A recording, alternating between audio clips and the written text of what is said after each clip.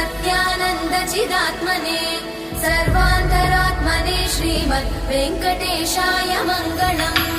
स्वतः सर्वविदे सर्वशक्तये सर्वशेषिणे सुलभाय सुशीलाय वेङ्कटेशाय मङ्गलम्।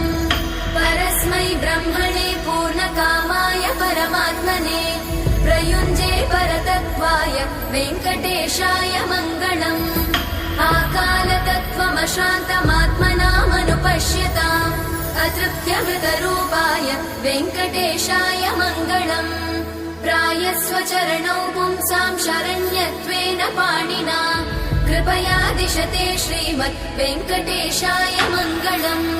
दयामृततरङ्गिण्यास्तरङ्गैरिव शीतलैः अपाङ्गैः सिञ्चते विश्वं वेङ्कटेशाय मङ्गलम्। स्रग्भूषाम्